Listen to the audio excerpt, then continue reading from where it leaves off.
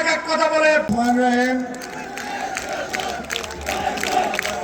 ধানের শীষের এই নির্বাচনী জনসভার আগামী 12 তারিখে যার কাছে বিএনপির চেয়ারম্যান জনাব তারেক রহমান ধানের শীষ তুলে দিয়েছেন, বিএনপির সম্মানিত ভাইস চেয়ারম্যান জনাব নুরুল ইসলাম মনি সহ উপস্থিত নেতৃবৃন্দ, উপস্থিত আগত মুরব্বীরা, সহযোদ্ধারা, সবাইকে জাতীয়তাবাদী ছাত্রদল কেন্দ্রীয় সংসদের পক্ষ থেকে ধন্যবাদ এবং কৃতজ্ঞতা জানাচ্ছি।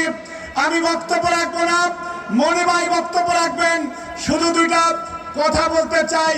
পবিত্র কোরআনে যে 6666 খানা আয়াত, এর কোন একটা আয়াত যদি আমরা না মানি তাহলে কি পরিপূর্ণ মুসলমান হতে পারবো?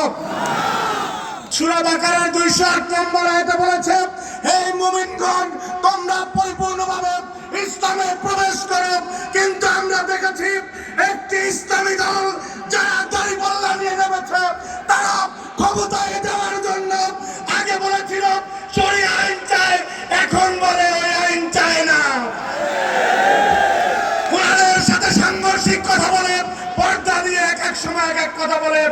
আজকে বাংলাদেশে ইসলামের জন্য যারা 2013 সালের 5ই মে রক্ত দিয়েছে, হেফাজতে ইসলামের আমির আল্লামা শাহ মোহাম্মদ মহিবুল্লাহ বাবুনগরী বলেছেন, জামাতের সাথে ইসলামের কোনো সম্পর্ক নাই। সুতরাং জামাতের ইসলাম মদিনার ইসলাম না, এই ইসলাম মওদুদির ইসলাম। এই ইসলামের সাথে মুসলমানের কোনো সম্পর্ক নেই। এই হলো বক্তব্য। সুতরাং 12 তারিখের মার্কা ধানের শীষ মার্কা। আর একটা কথা বলে বক্তব্য শেষ করছি। নুরুল ইসলাম মনি ভাই, নুরুল ইসলাম মনি ভাই এমপি হবে ইনশাআল্লাহ, কিন্তু একটা বক্তব্য আছে। মনি ভাইকে যদি বড় ব্যবধানে আমরা জিতিয়ে না দিতে পারি, বড় মন্ত্রী কিন্তু পাবো না। এই জন্য ইনশাআল্লাহ শতভাগ তারেক রহমান প্রধানমন্ত্রী হবে, নুরুল ইসলাম মনি মন্ত্রী হবে ইনশাআল্লাহ।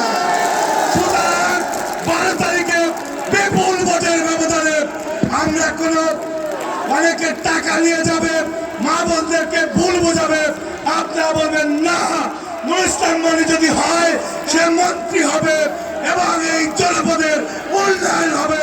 সুতরাং বরগুনা স্বার্থে আমরা বিবেককে জাগ্রত করে আগামী 12ই ফেব্রুয়ারি আমাদের মার্কা ধানের শীষ মার্কা, নুরুল ইসলাম মনির মার্কা ধানের শীষ মার্কা, আগামী বাংলাদেশের প্রধানমন্ত্রী তারেক রহমানের মার্কা ধানের শীষ মার্কা।